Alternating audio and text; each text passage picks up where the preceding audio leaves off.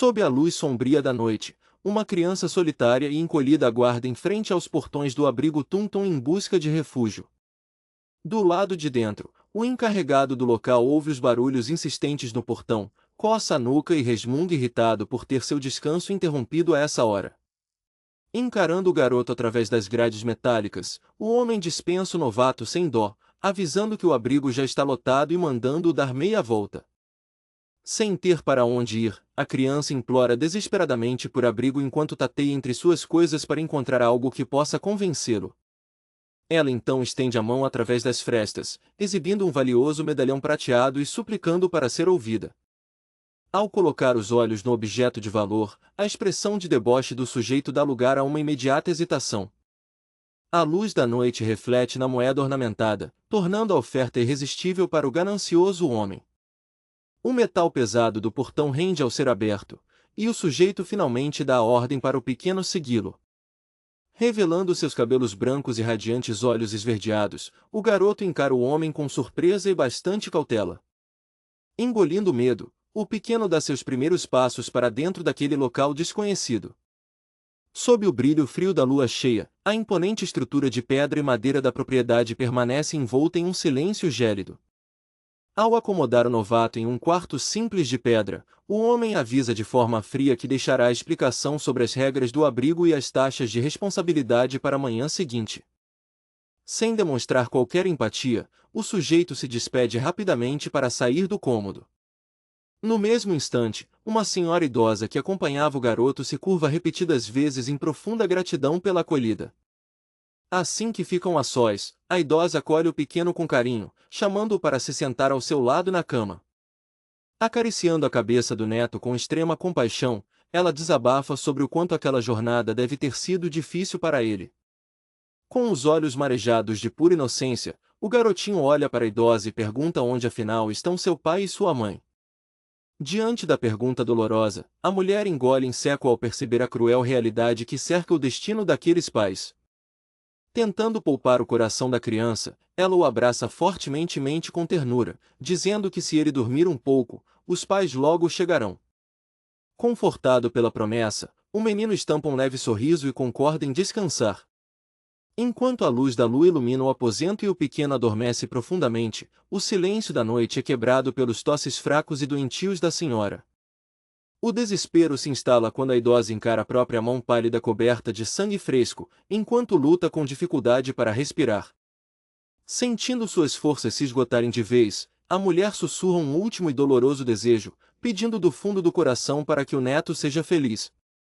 Sem conseguir resistir à doença, o corpo da idosa desaba inerte contra o chão frio do quarto. Pouco tempo depois, o garotinho acorda sobressaltado e desorientado no meio da escuridão.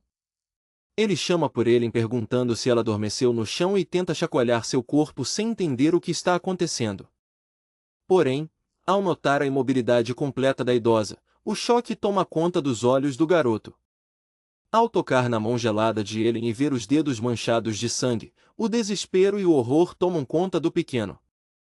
Em prantos, o menino solta um grito ensurdecedor de agonia chamando pelo nome de sua guardiã. Pouco depois, os responsáveis pelo local aparecem na porta e encaram o sofrimento do garoto com total indiferença e desdém. Do lado de fora, o homem resmunga irritado com o azar da velha ter morrido justamente ali, enquanto a mulher pergunta o que farão com a criança.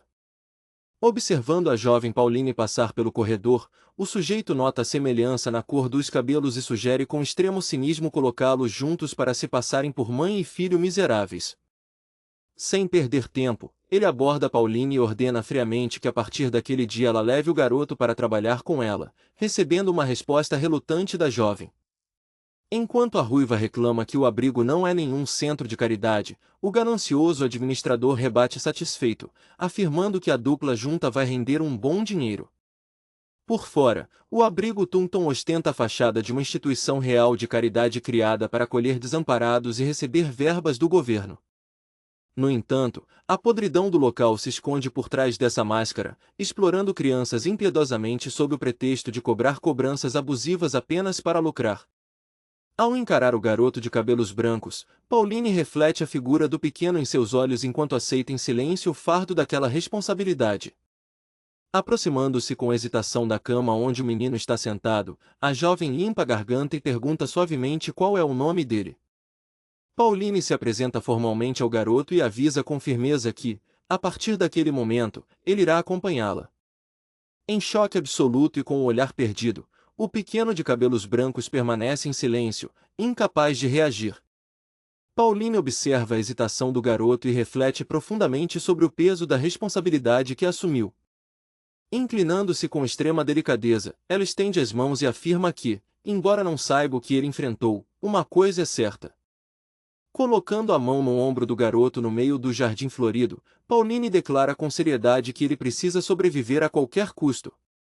Com um sorriso acolhedor, ela promete que, se ele perseverar, o dia de ser feliz finalmente chegará. Estendendo a mão aberta, a mulher o convida carinhosamente para irem embora juntos. O garoto segura os dedos dela suavemente e aceita o convite, selando um novo começo para os dois. Anos mais tarde, o garoto relembra que, logo após aquele dia, ele começou a pedir esmolas nos braços de Pauline. Mesmo que o laço entre eles tivesse sido criado por pura conveniência do abrigo para mendigar nas ruas frias, o afeto começou a crescer de verdade. O menino recorda com carinho que Pauline sempre cuidou dele com todo o amor do mundo. Com unhas e dentes, a mulher o protegia do bullying das outras crianças e das ameaças dos valentões de rua. Repousando a cabeça no ombro de sua protetora, o jovem confessa que, por ter Pauline ao seu lado, ele jamais se sentiu sozinho. 5 anos se passam, e a rotina da dupla continua no mesmo ritmo. Pauline escuta ser chamada de mãe e se vira surpresa ao reencontrar seu pequeno garoto.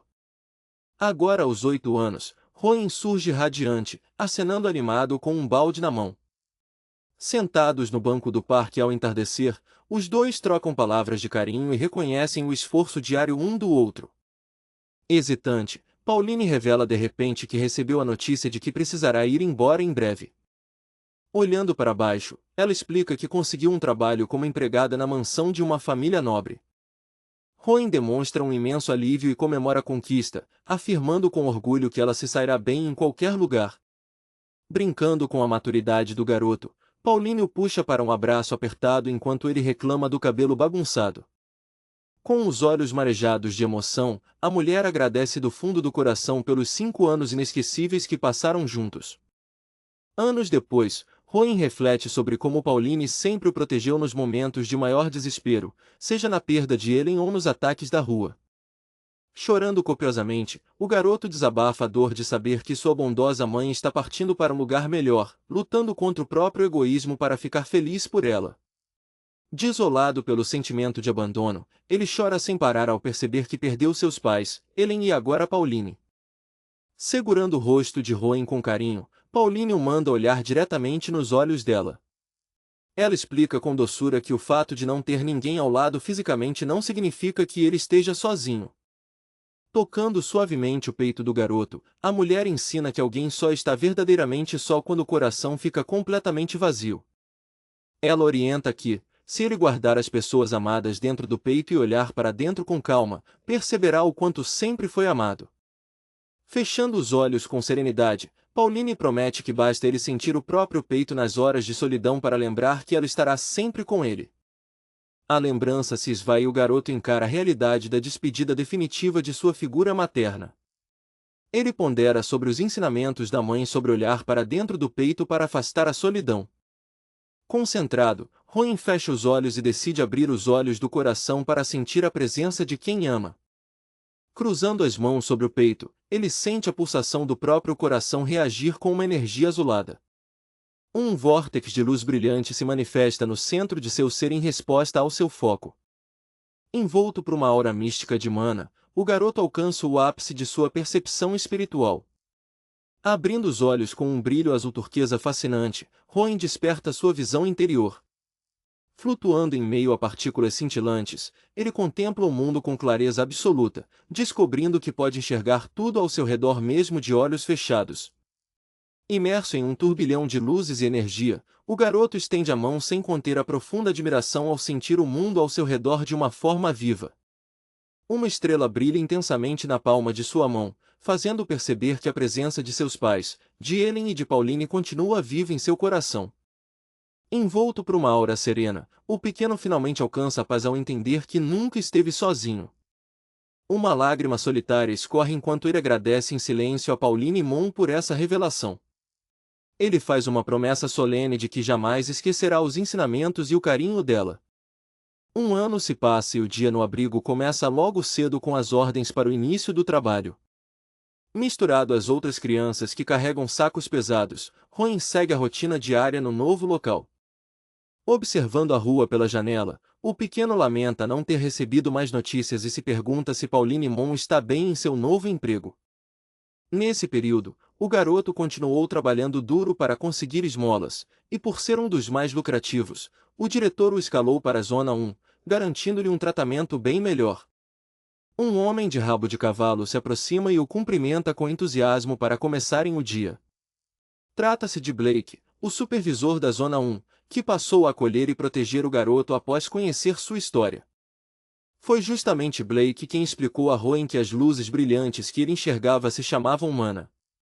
Sentindo-se seguro, o garoto sorri de forma pura e afirma que continuará contando com a ajuda do supervisor. Ao observar a figura translúcida do espadachim, o garoto nota a luz concentrada que ele carrega e percebe como aquela mana possui um brilho incomum. Afinal, a mana representa a energia vital e a fonte primordial de absolutamente tudo que existe no mundo. Sem que percebam, todos os seres vivos a respiram constantemente, influenciando o fluxo do universo. Maravilhado e ao mesmo tempo atordoado, o prota segura a cabeça ao presenciar aquela beleza avassaladora. Enquanto observa as pessoas ao redor, o garoto se lembra dos avisos sobre o perigo de cultivar a mana de forma errada, embora sua visão inata já a perceba naturalmente. As moedas tilintam na tigela de metal como recompensa pelo seu esforço. Com um sorriso radiante, o garoto agradece à moça elogiando a bondade de seu coração. A mulher se surpreende e fica visivelmente tocada com a educação e a fofura do pequeno. Durante seu treinamento com Blake, Rowan se dedica em meditação para aprender a enxergar a forma física e a mana das pessoas ao mesmo tempo. Ele reflete satisfeito que, aos poucos, está se acostumando com essa visão dupla. No entanto, a sobreposição constante das luzes ainda lhe causa tonturas intensas, fazendo-o segurar a cabeça até ser chamado por alguém. Um garoto de colete se aproxima surpreso ao ver o quanto o pequeno evoluiu em tão pouco tempo.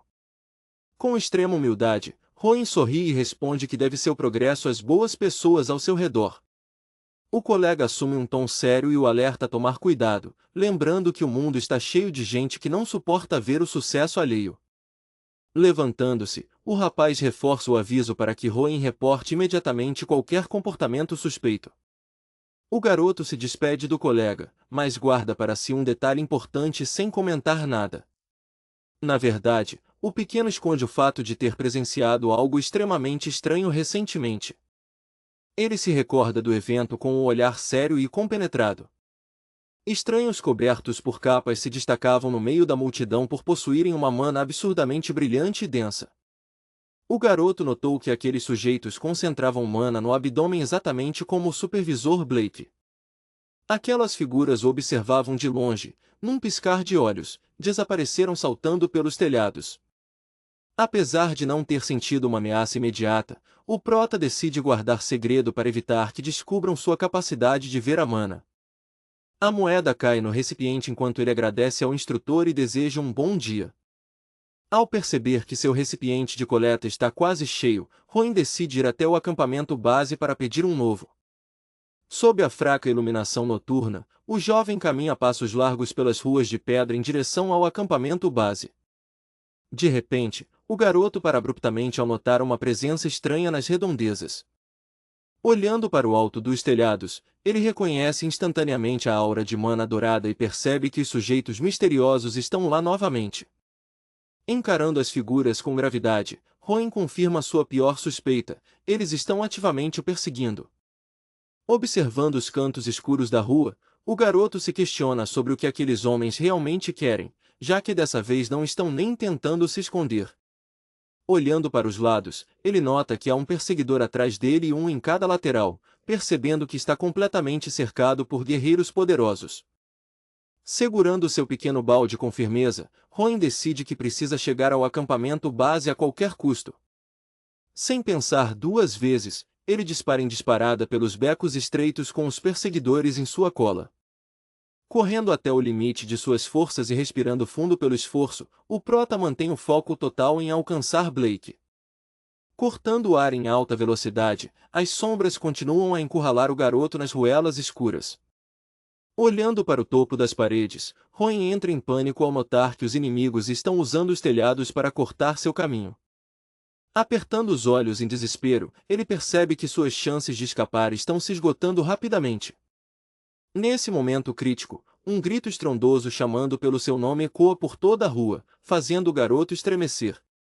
Blake surge no horizonte correndo a uma velocidade insana para resgatar o garoto.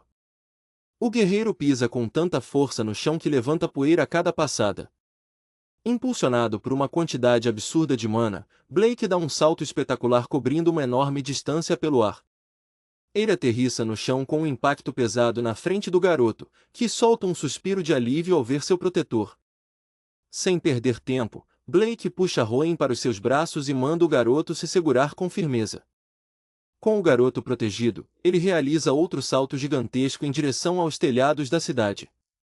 Notando que os perseguidores continuam muito próximos, Blake decide mudar a rota e avisa que irão primeiro para o abrigo.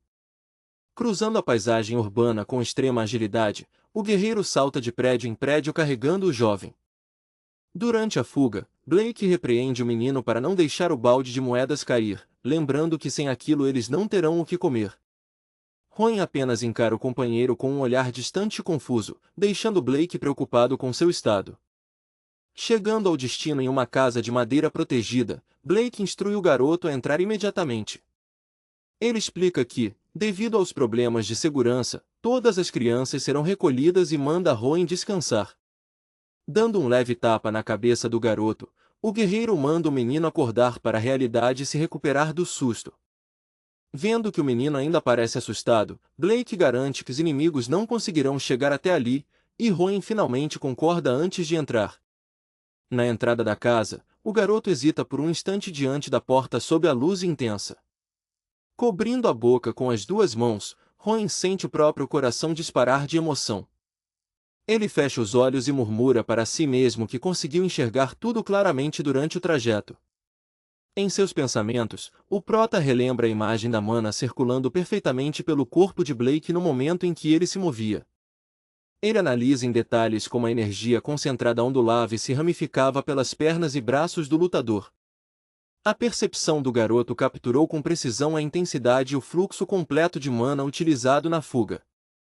Ele compreendeu exatamente como a energia explodia e evaporava a cada salto nos telhados. Com o olho azul brilhando de pura determinação, o prodígio decide que chegou a hora de tentar replicar aquele poder por conta própria. Inclinando a cabeça e puxando uma respiração profunda, Rowan se prepara mentalmente para absorver a energia ao seu redor. Envolto por uma aura mística impressionante, ele foca em circular a mana perfeitamente pelo seu peito.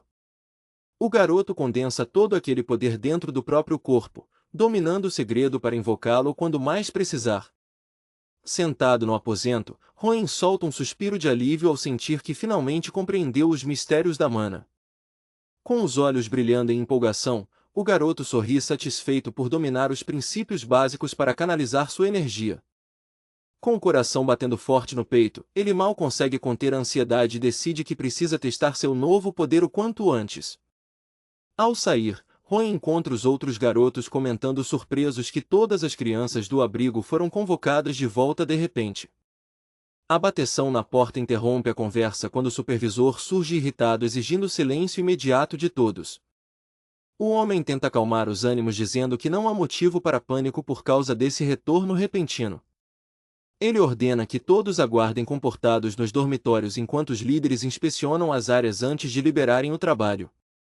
Antes de sair, o supervisor chama Rowan pelo nome, fazendo o pequeno responder prontamente ao chamado. Sem dar margem para questionamentos, o homem manda o garoto arrumar suas coisas porque ele será transferido de setor.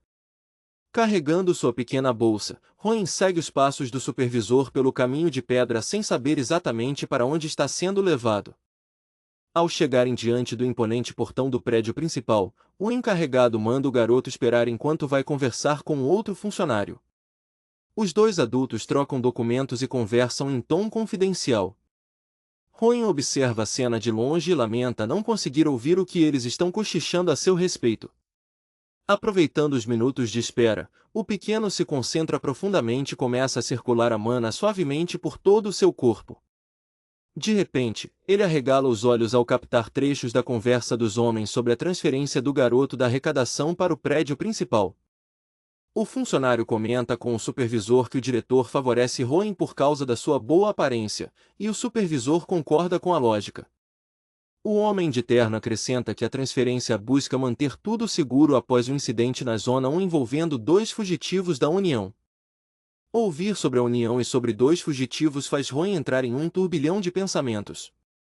O garoto se pergunta em pânico se esses 2 fugitivos não seriam as mesmas pessoas misteriosas que ele encontrou antes. Um chamado repentino assusta o pequeno, que responde gaguejando de susto. O supervisor acena para o garoto e manda que ele o siga para dentro da instalação. Os dois caminham juntos em direção ao interior do luxuoso edifício. Subindo as elegantes escadas de madeira, Rowan observa a mudança drástica do ambiente simples para o luxo do prédio principal. O homem bate 2 vezes na porta de madeira do escritório. Ao abrir a porta, o supervisor chama por Amy enquanto Rowan espia curioso para dentro. O garoto é empurrado gentilmente para dentro de uma sala repleta de estantes de livros, onde uma mulher de atitude séria o aguarda. O supervisor manda o pequeno se cumprimentar e avisa que aquela mulher será sua responsável a partir de hoje.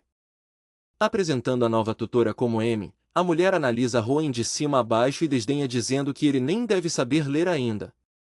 O supervisor se despede e deixa os dois a sós, enquanto a mulher encara o garoto com um olhar penetrante. Amy pergunta a idade dele e suspira surpresa ao saber que ele já vai fazer 10 anos sem sequer ser alfabetizado. Rowan abaixa a cabeça envergonhado e confirma que nunca aprendeu, ouvindo a tutora resmungar que não podia esperar muito de alguém vindo dos dormitórios. Mudando a postura, a mulher sorri e avisa que começará a ensiná-lo a ler no dia seguinte, dizendo que ele deve chamá-la de professora em aula, mas que pode chamá-la de nona fora delas. Ela elogia os traços refinados do garoto, deixando o pequeno totalmente confuso com o comentário. Inseguro, o menino toma coragem e pergunta qual o verdadeiro motivo de precisar aprender a ler. Incrédula com a ignorância dele, Amy estala a língua e explica irritada que o aprendizado serve para o recital de leitura do abrigo. Ela detalha que o recital é um evento onde livros são lidos em voz alta para uma plateia, sendo organizado por autores ou como reunião da nobreza. A tutora explica que esse hábito chique da alta sociedade também acontece dentro do abrigo na presença dos patrocinadores. Diante do interesse do garoto, ela revela que as crianças mais de sorte realizam um recital solo especial que pode garantir sua adoção. A mulher pondera de forma realista que, para quem ainda nem sabe ler, esse recital é um sonho bastante distante, e o garoto concorda pensativo. Notando a reação do menino, ela percebe surpresa que o garotinho não se deixa intimidar facilmente por palavras duras.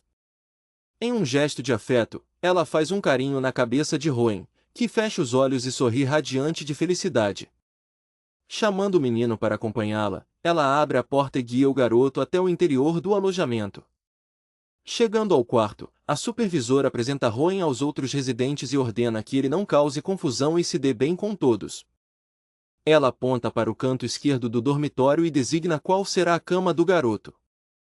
A mulher dá uma última instrução para que ele permaneça quieto, e Rowan responde com firmeza e obediência.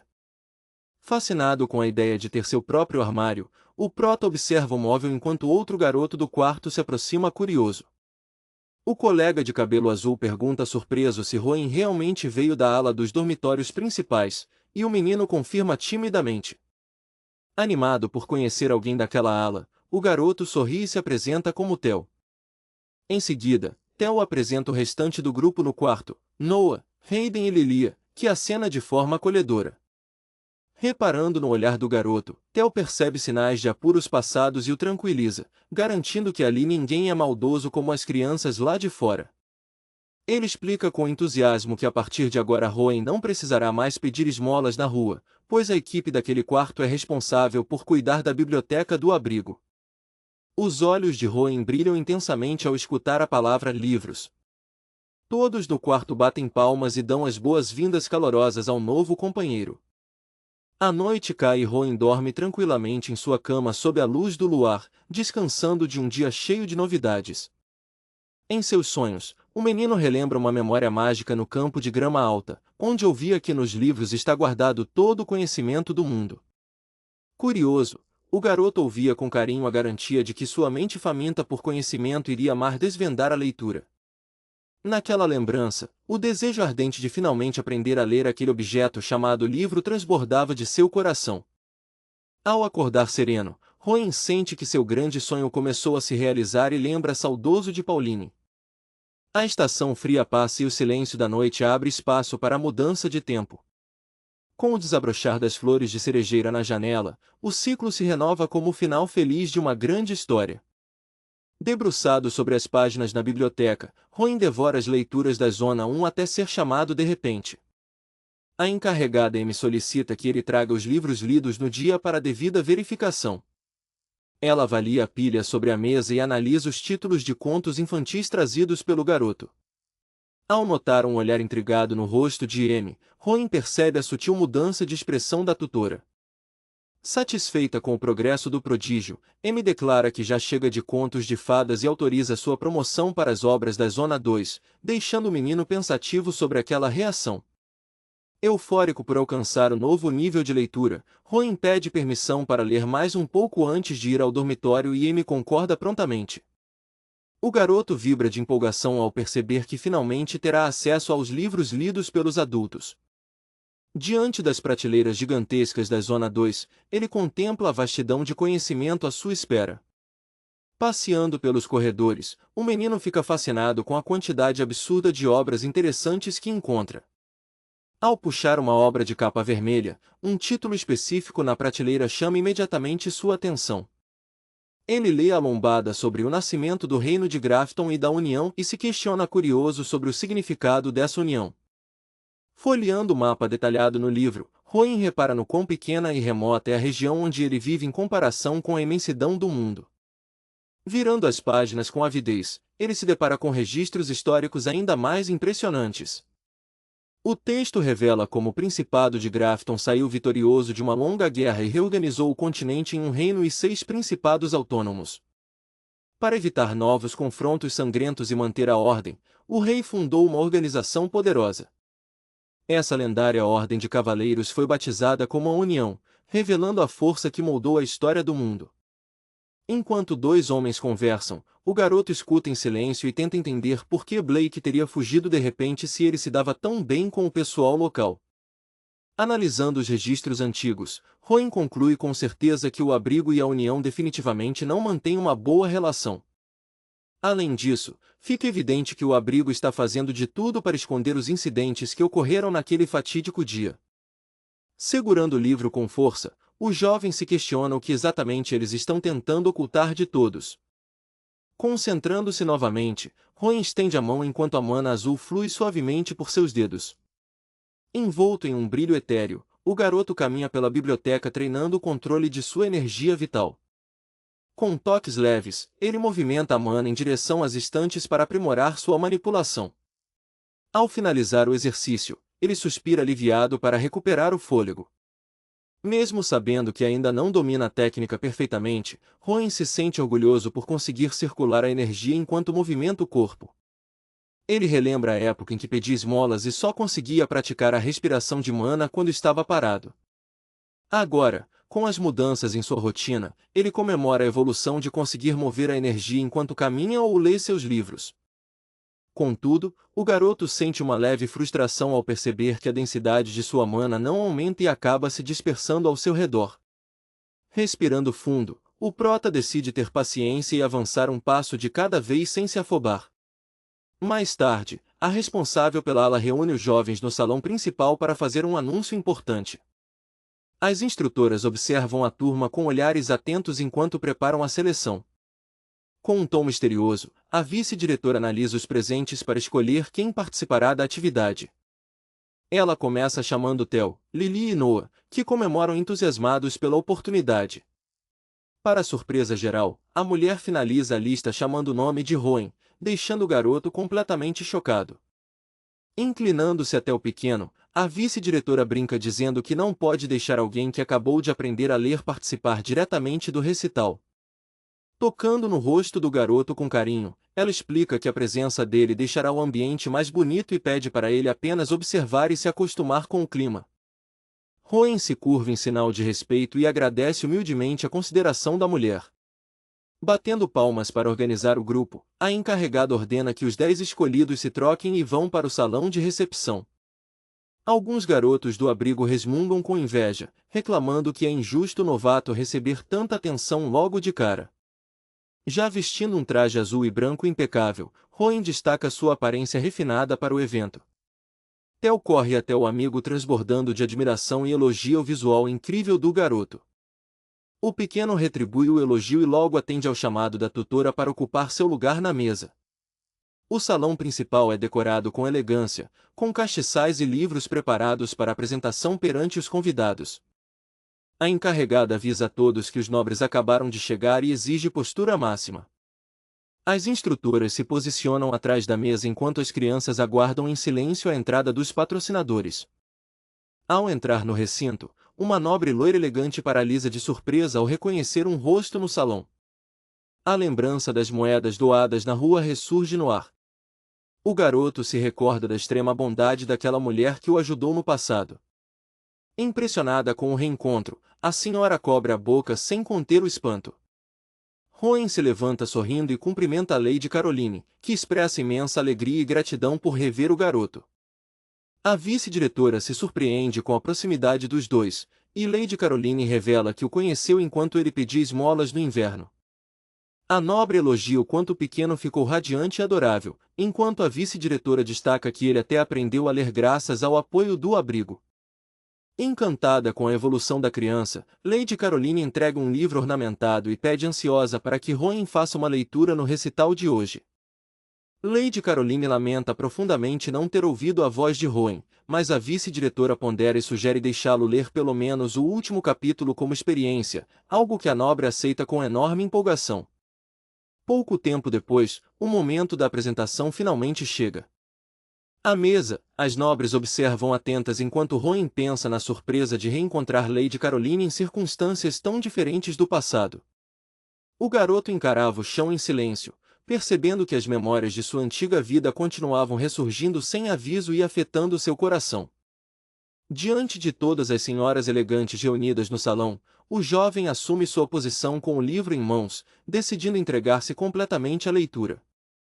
Com um olhar angelical e um tom de voz doce, Rowan declara abertamente seus sentimentos em meio à narrativa, encantando a plateia.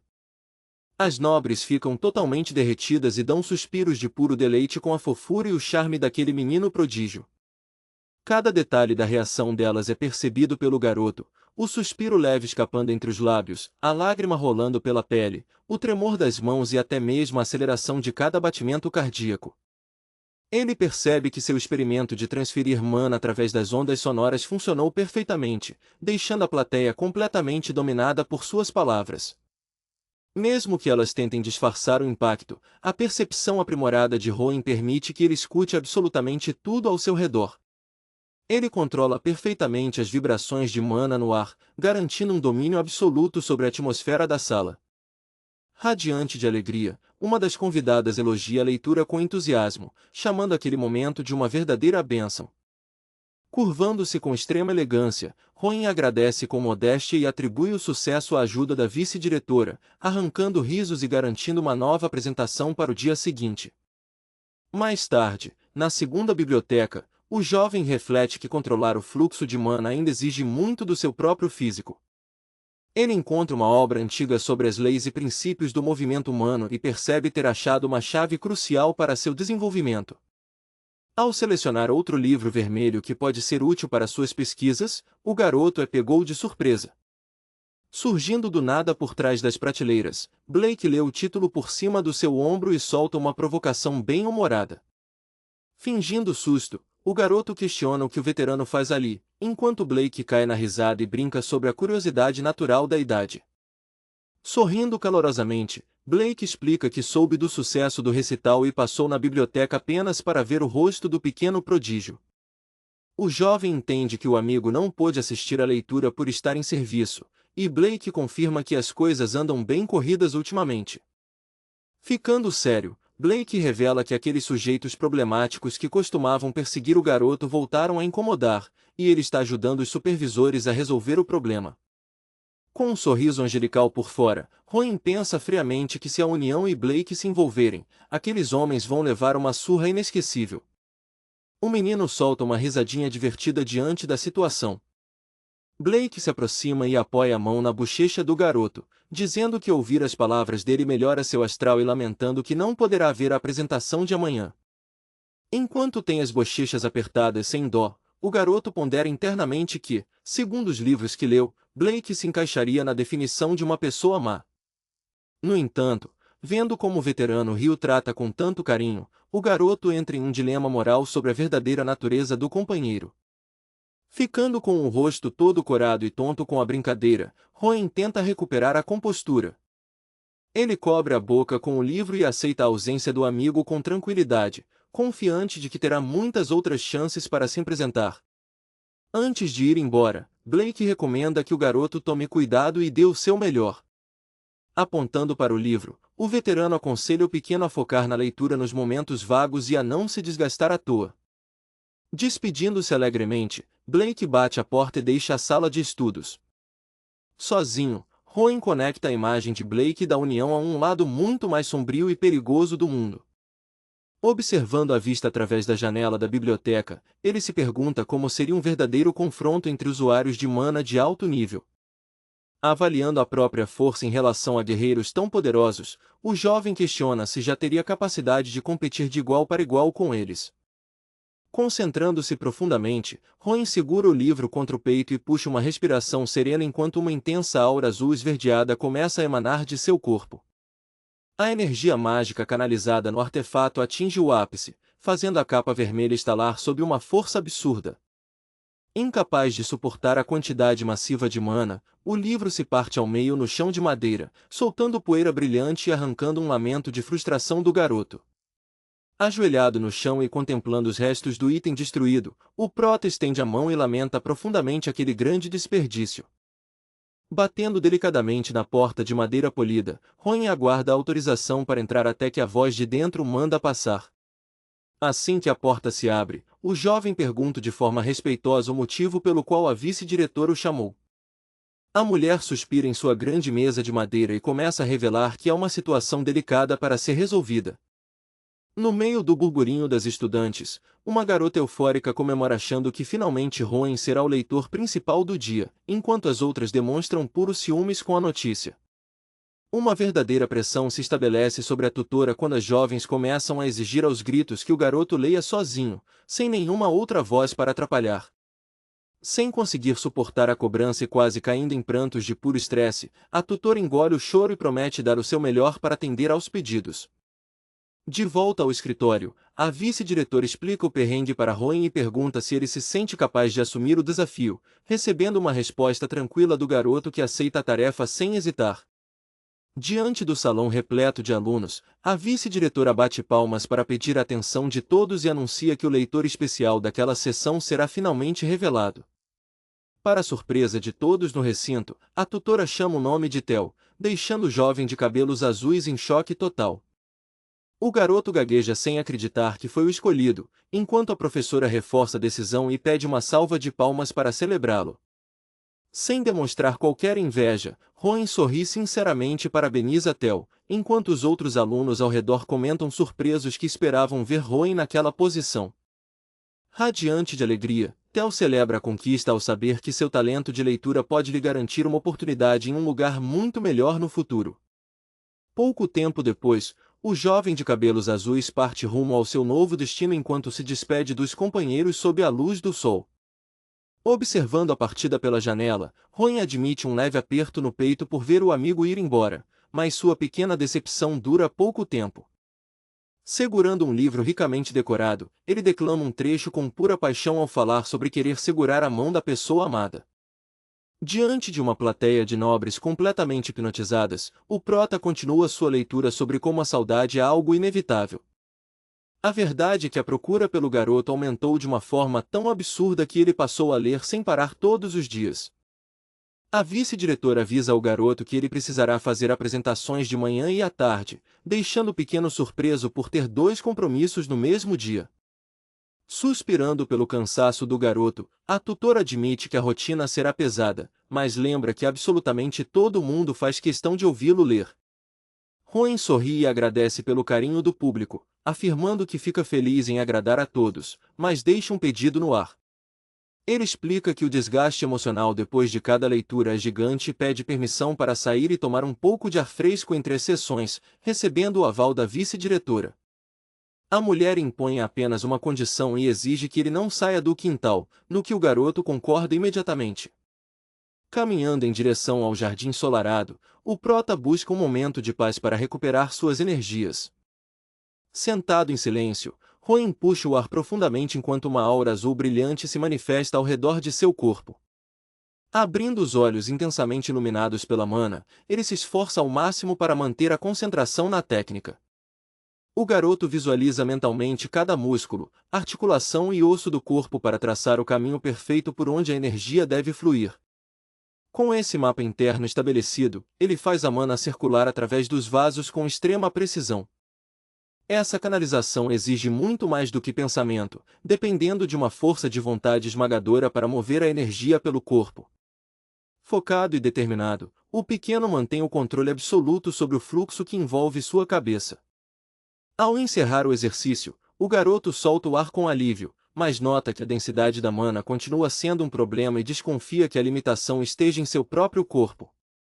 Em seus pensamentos, uma voz o aconselha a ter paciência e a focar em não criar pontos fracos no uso da mana como os outros fazem. Afinal, ele se lembra de quando foi carregado por Blake em direção ao abrigo enquanto quase não conseguia se manter em pé de exaustão. Ele recorda a perseguição nos telhados e deduz que até mesmo os membros da União tinham fraquezas ao gastar a mana acumulada. Refletindo sob a sombra das árvores, o prota analisa profundamente o conceito de utilizar a energia estocada.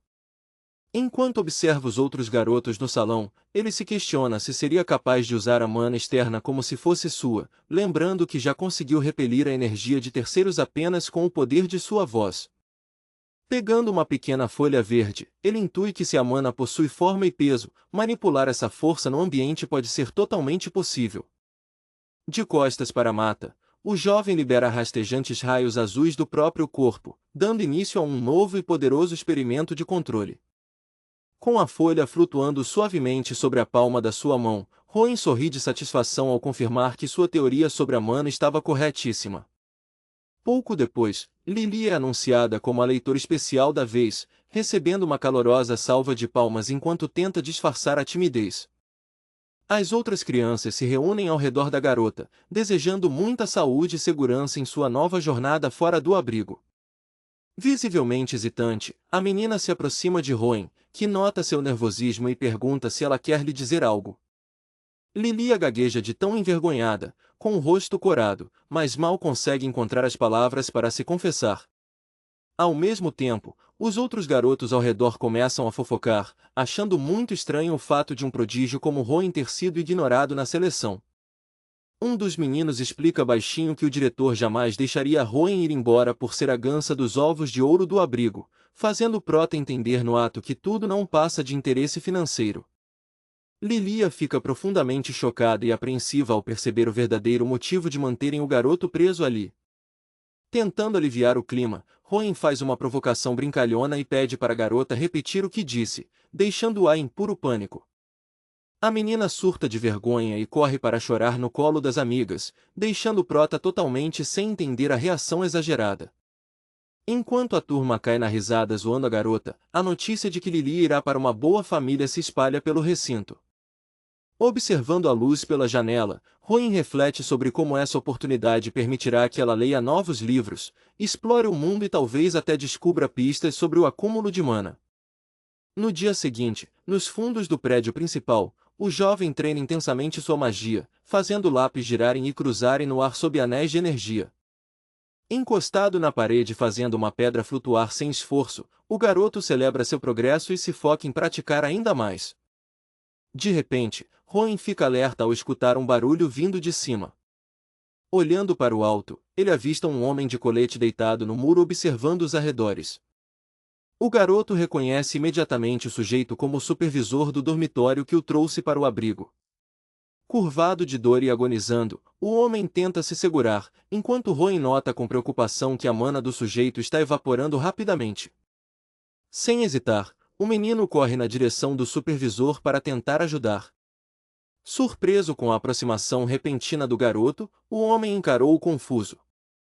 Sendo amparado por outro funcionário, o supervisor se afasta enfurecido, esbravejando xingamentos contra os desgraçados da União.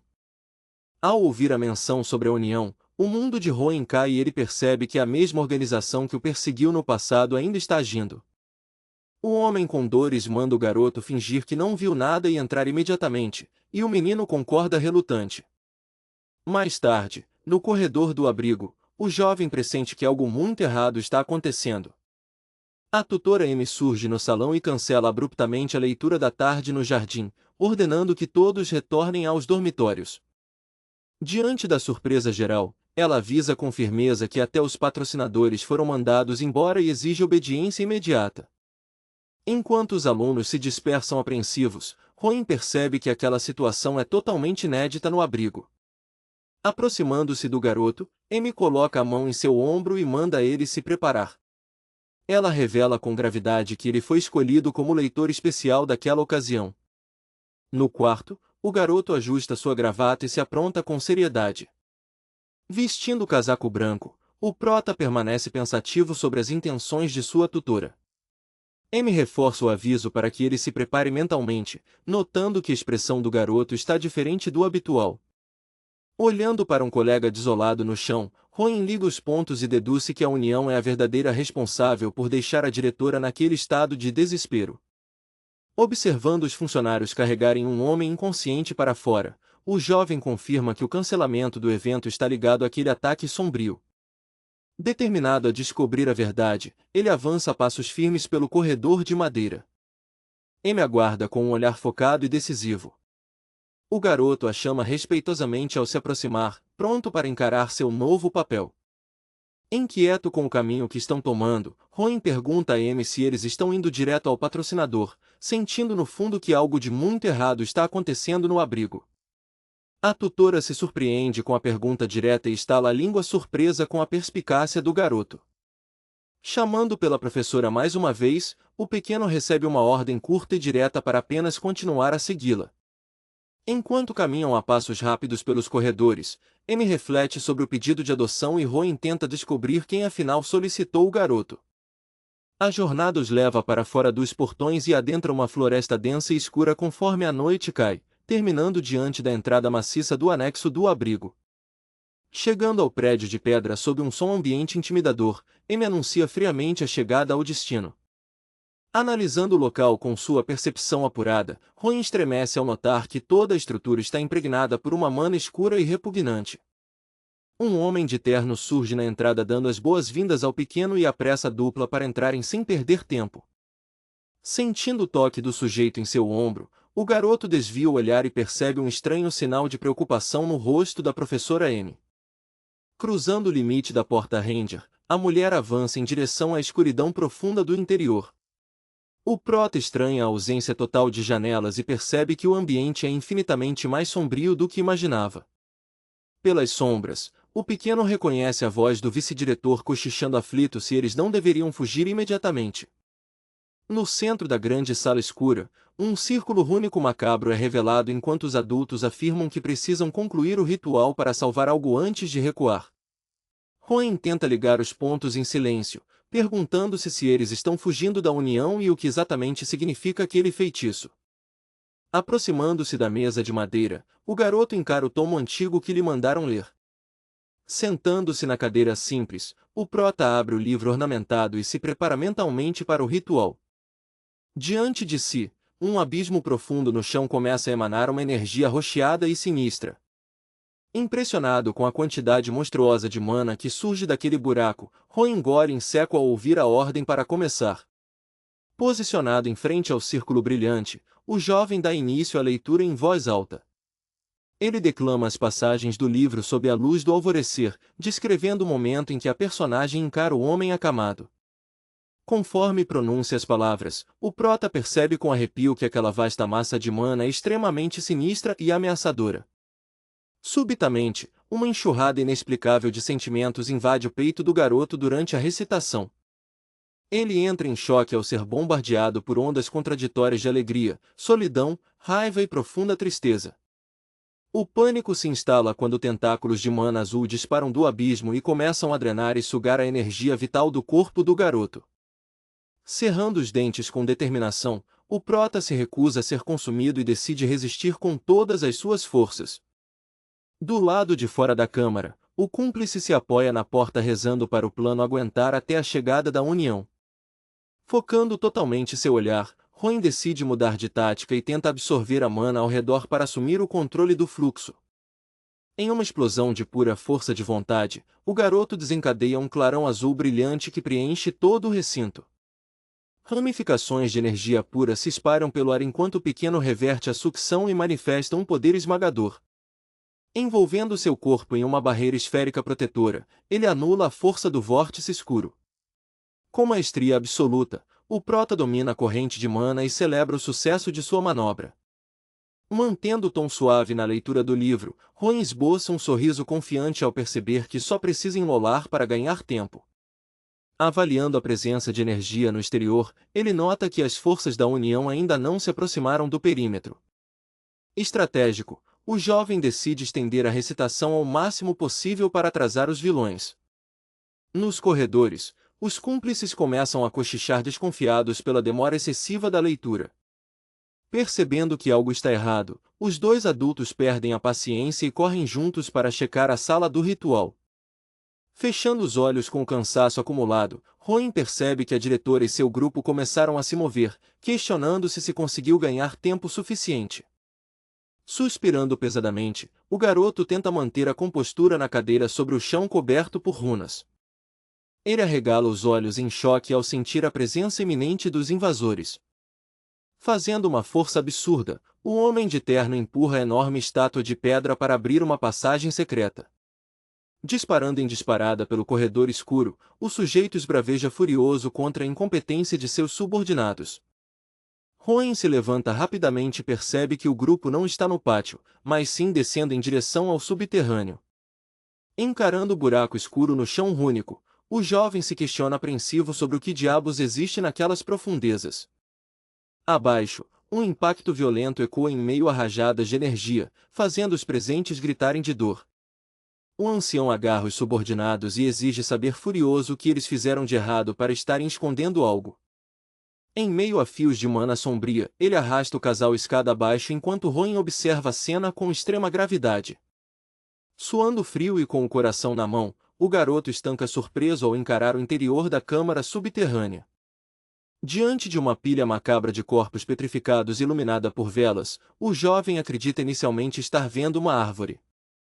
Mas, olhando de perto os rostos contorcidos em agonia, ele entra em choque ao perceber a realidade deprimente.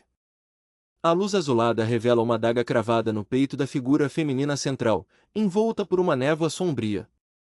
Tomado pelo pavor absoluto, Ron sussurra em pânico ao reconhecer a presença de sua própria mãe naquela estrutura. O homem de terno se vira enfurecido e avança gritando xingamentos contra o garoto. Confuso com o caos generalizado, o sujeito exige respostas do ancião enquanto o menino se encolhe atrás dele. Blake surge furioso e confronta o colega, questionando por que todos os capangas do diretor estão mortos. Analisando uma fruta murcha na palma da mão, Blake reclama que seguiu os fugitivos mas acabou encontrando o item totalmente danificado. O homem de terno tenta se justificar dizendo que trouxeram Rowan para produzir mais frutos, mas alguma armadilha arruinou tudo. Empunhando sua lâmina com uma aura sombria nos braços, Blake assume a postura de combate. Em um golpe brutal, o guerreiro crava a espada na figura macabra diante do olhar atônito dos presentes. Observando a cena, Rowan nota algo estranho e pergunta a Blake por que o examinador não estava com uma espada. Com um sorriso enigmático, o veterano responde de forma evasiva que precisou usá-la em outro lugar por um instante. Projetando garras vermelhas e afiadas das próprias mãos, Blake revela sua verdadeira natureza macabra. O homem de terno tenta proteger a cabeça do menino enquanto a ameaça se consolida. Num ataque traiçoeiro, as garras sangrentas avançam implacáveis na direção do jovem. No entanto, Blake arregala os olhos e solta um grito de choque ao ter seu golpe interrompido. Perfurado mortalmente de surpresa, o aliado cuspir sangue e cai em agonia total. Rachando o chão da câmara, Rowan desperta uma quantidade absurda de mana e começa a flutuar envolto por uma aura azul brilhante. Segurando a lâmina manchada de sangue, Blake tenta manter o sorriso arrogante diante do poder do garoto. Mas o veterano surta ao perceber que a escala de poder daquele pirralho fugiu do controle. Sangue escorre do olho do homem gravemente ferido sob o impacto da explosão mágica. Com o sujeito de terno nocauteado no chão, os dois ficam frente a frente na sala iluminada por velas. Impressionado com o garoto flutuando no ar, Blake reconhece a força absurda daquela linhagem e se surpreende ao ver que o menino já domina o uso da mana. Totalmente estupefato, o vilão vê Rowan dar as costas e assumir o controle absoluto da situação. Diante da macabra estrutura de corpos petrificados que vibra em energia roxa, Rowan se aproxima da figura de sua mãe com extrema determinação. Em um gesto calmo, o garoto estende a mão para alcançar a figura à sua frente. Desabando em lágrimas ao ter a mãe finalmente restaurada, o pequeno chora de alívio enquanto recebe um carinho maternal e acolhedor. Rowan toca suavemente o peito da mãe, fazendo uma aura azul vibrar enquanto transfere sua energia para libertá-la. Uma explosão de luz azul radiante irradia da estátua sombria, dissipando a escuridão enquanto os corpos aglomerados se contorcem no processo. Veias de mana pura rasgam a estrutura rochosa, fazendo o casulo de pedra rachar sob um som assustador. De repente, o cenário muda para uma visão aterradora onde o garoto surge com os olhos vendados e chorando em desespero em meio às chamas. Ao olhar para o chão e avistar uma pessoa caída nas ruínas em chamas, o jovem questiona se aquilo seria sangue. Encurralado por ruas destruídas e corpos espalhados pelo fogo, ele se pergunta horrorizado que tipo de memórias terríveis são aquelas. Imóvel no epicentro do massacre, a figura contempla a destruição sem conseguir conter a dor. Começando a recobrar a consciência no meio daquela ilusão, o garoto murmura confuso. Olhando por cima do ombro com um olhar sério, ele percebe do que realmente se trata aquele lugar. Uma lágrima solitária escorre enquanto o choque toma conta de seu rosto ao compreender a verdade. A ilusão se despedaça como vidro e o prota se questiona atônito se ele próprio era o responsável por aquilo. Em meio aos estilhaços de luz azul, Rowan estende a mão desesperado implorando por apenas mais um pouco de tempo. Uma mana quente e acolhedora começa a invadir seu corpo, trazendo um sentimento familiar que ele tanto desejava. Ao acessar essa lembrança esquecida, o garoto finalmente se recorda de quem estava ao seu lado. Uma voz suave ecoa em sua mente lembrando que ele só estará sozinho se seu coração estiver vazio. A mensagem reforça que manter aqueles que já se foram dentro do peito significa nunca estar desamparado. Lembranças calorosas de sua infância no campo ressurgem, mostrando o amor e o carinho incondicional que recebia. Seguindo o conselho para fechar os olhos e olhar para dentro do próprio coração, Rowan mergulha em uma profunda meditação. A energia guia o garoto para que ele não perca o que é precioso, mostrando que as memórias e o amor de sua mãe continuam vivos. Mãos dadas em um jardim ensolarado selam a certeza de que esse vínculo é eterno. A paz do momento é interrompida pela voz debochada de um mercenário armado, perguntando se o reencontro emocionante já terminou. O sujeito de cabelos castanhos afirma com arrogância que só esperou o garoto por ele ser mais esperto do que parece. Apoiando a espada no ombro com irritação, o homem decide ser direto com o garoto. Encarando o pequeno sem hesitar, o guerreiro pergunta se Roen virá com ele. O espadachim ameaça matá-lo caso recuse, mas admite que seria um desperdício, fazendo Roen perguntar friamente para onde eles iriam. O vilão revela sem pudor que ele será enviado para uma fazenda onde gerenciará crianças que são transformadas em árvores de mana. Ele resume que o garoto apenas precisa aprender o trabalho sob sua supervisão. Sorrindo com orgulho, o mercenário anuncia que o jovem se tornará um membro da facção Lutel. O sujeito explica que a organização pretende mudar o mundo usando magia negra e que todos servem a um grande líder. A revelação deixa Roen em choque total ao perceber a conexão terrível com a criação das árvores. O mercenário debocha da reação do garoto e dá de ombros, dizendo que apenas vigia o trabalho macabro criado pela alta sacerdotisa. Pressionado a dar uma resposta rápida por causa do tempo, Roen recusa a proposta afirmando firmemente que não quer ir. Mudando a postura para um tom ameaçador, o homem segura a espada e declara que as coisas serão resolvidas de outro jeito. Sem outra escolha, o homem de cabelos castanhos desfere um golpe descendente brutal com sua espada, mirando diretamente na cabeça do garoto. Para o espanto do agressor, uma barreira de mana azul reluzente desperta ao redor de Roen, repelindo o ataque e paralisando o impacto. Arregalando os olhos em pânico total, o homem tenta puxar a lâmina desesperadamente, mas percebe que sua espada não se move nem um milímetro. Segurando a lâmina afiada com a mão nua impregnada de energia, Roen encara o sujeito e exige saber se foi Blake quem matou sua mãe libertada. Emanando raios elétricos e uma aura esmagadora, o jovem declara com uma frieza aterrorizante que, se isso for verdade, não deixará o próprio irmão continuar vivo. O homem fica completamente paralisado e sem reação diante daquela ameaça macabra. Em um movimento instantâneo, uma lâmina de mana atinge o agressor, fazendo-o ajoelhar e tossir de dor enquanto Roen ironiza sua falta de agilidade. Sem demonstrar um pingo de piedade, o prota atravessa o corpo do vilão com a lâmina mística, pedindo para que ele não guarde rancor. Vendo a vida do sujeito se esvair em meio ao sangue, Roen atribui a culpa daquela tragédia às ações do seu próprio irmão.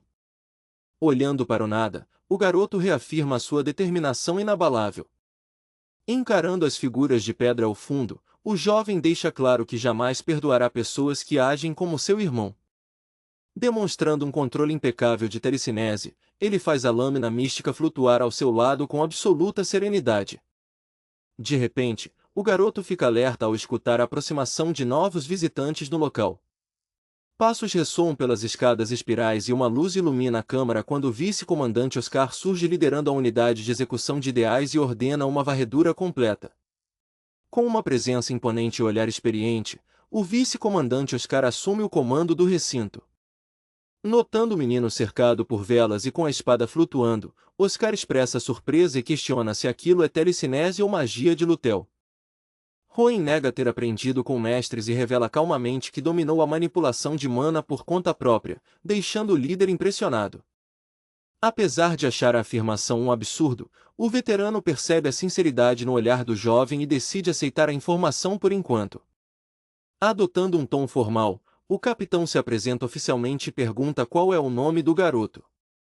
O jovem se identifica como Roen e demonstra um conhecimento impressionante ao detalhar as funções da primeira divisão e identificar o distintivo de buscador no peito de Oscar. Fascinado com a esperteza do garoto, Oscar propõe continuarem a conversa do lado de fora e pergunta se ele pode recolher a lâmina flutuante. Os soldados ao redor ficam embasbacados com o fluxo de mana concentrado que um garoto de apenas 10 anos consegue manipular com tanta facilidade. Um subordinado se aproxima de Oscar e relata que a estrutura de corpos tem menos de 2 anos, mas por algum motivo o feitiço que os prendia foi quebrado. Chocado com a revelação, o comandante questiona se um sacerdote de julgamento teria estado naquele local antes deles. Encarando os rostos petrificados na parede, o jovem permanece em silêncio enquanto os guardas decidem investigar a fundo o estranho estado das frutas. Lamentando por seus antigos companheiros Theo e Lily, Roen murmura um pedido de desculpas e confirma a Oscar que já presenciou várias outras estruturas macabras como aquela. Com uma maturidade fria que surpreende o comandante, o garoto afirma que a União certamente encontrará outras fazendas pelo caminho. Oscar assente com determinação e reforça que erradicar as criações de Luel é a principal missão da sua organização. A frieza nas palavras do garoto revela o quanto a dor e o sofrimento moldaram sua maturidade precocemente. Olhando diretamente para o veterano com um olhar cheio de determinação, Roen pede formalmente para ser levado junto com a tropa. Observando a postura do menino, o comandante percebe que ele não é insensível, mas sim o tipo de pessoa que guarda as próprias emoções no fundo da alma. Priorizando o dever, Oscar avisa que a investigação vem primeiro e ordena que o garoto siga para definirem seu destino mais tarde. Os dois avançam lado a lado pelo corredor escuro, guiados apenas pelas chamas das velas dispostas pelo chão. De repente, o garoto paralisa ao avistar uma figura caída e coberta por tecidos no meio do caminho. O brilho da luz revela uma insígnia detalhada e reluzente presa ao colarinho da pessoa falecida. Tocando o artefato com respeito e selando uma promessa silenciosa, Roen se prepara para marchar ao lado do vice-comandante em busca de sua nova jornada.